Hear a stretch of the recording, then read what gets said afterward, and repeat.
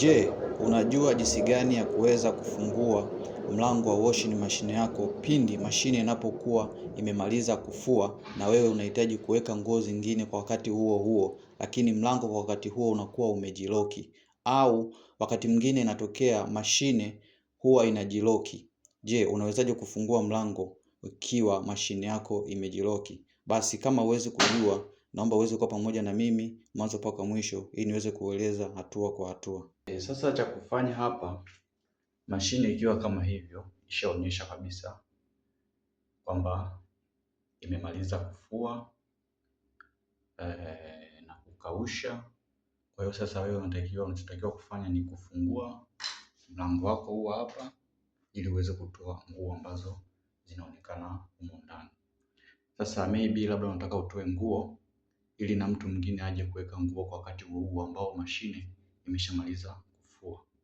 Sasa kama ikitokea kama kuna mashine wewe ambayo umeanza kufua uliweka nguo nyingi sana humu ndani,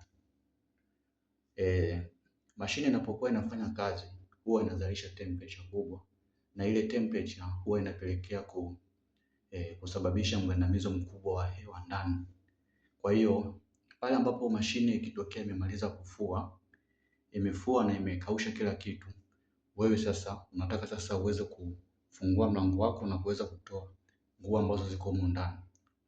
Kwa wakati huo huo, kuna muda huu mlango ukitaka kufungua haufunguki. Umeona?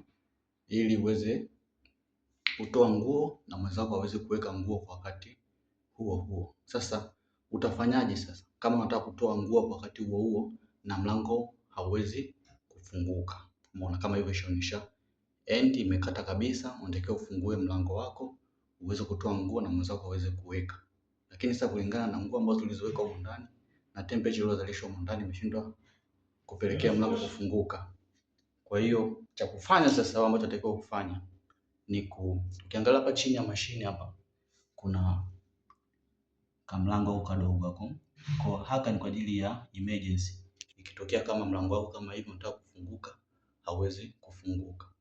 Kwa cha kufanya unaweza ukachukua tester ama ukachukua takisu ukaingiza hapo, kwa sababu ukifungua kwa kawaida haiwezi kufunguka. Kwa unaingiza hapo, baadaye unafungua kama mlango hapa. Kwa hiyo ukishafungua kama mlango kama hivyo jinsi ambavyo inavyoonekana, unaona? Hii sasa ni kwa ajili ya emergency. Unaona hapa duda haka, umeona? Haka unatakiwa ukavute kuelekea chini. Ukivuta kuelekea chini itaondoa loki ya huu mlango na mlango utaweza kufunguka manually. Umeona? Kwa ajili ya emergency. Kama unataka kufungua mlango kwa muda huo huo, na kwa muda huo unakuta huo mlango uweze kufunguka kwa njia ya kawaida. Kwa hiyo unatumia emergency, cha kufanya unafungua mlango mdogo ambao nimekuonyesha, and then sasa unaingiza kidole tu hapa, baadaye unashusha kwa chini. Umeona? Kama hivyo. Baada ya hapo unakuja hapa unafungua mlango wako. Mlango wako unakuwa ushafanyaje? Ushafunguka, and then utakuta nguo zako hizo kama hivyo. Utaweza kufanyaje? Kuzitoa. Ukishamaliza unakuja kwenye mlango wako unafunga kama kawaida tu.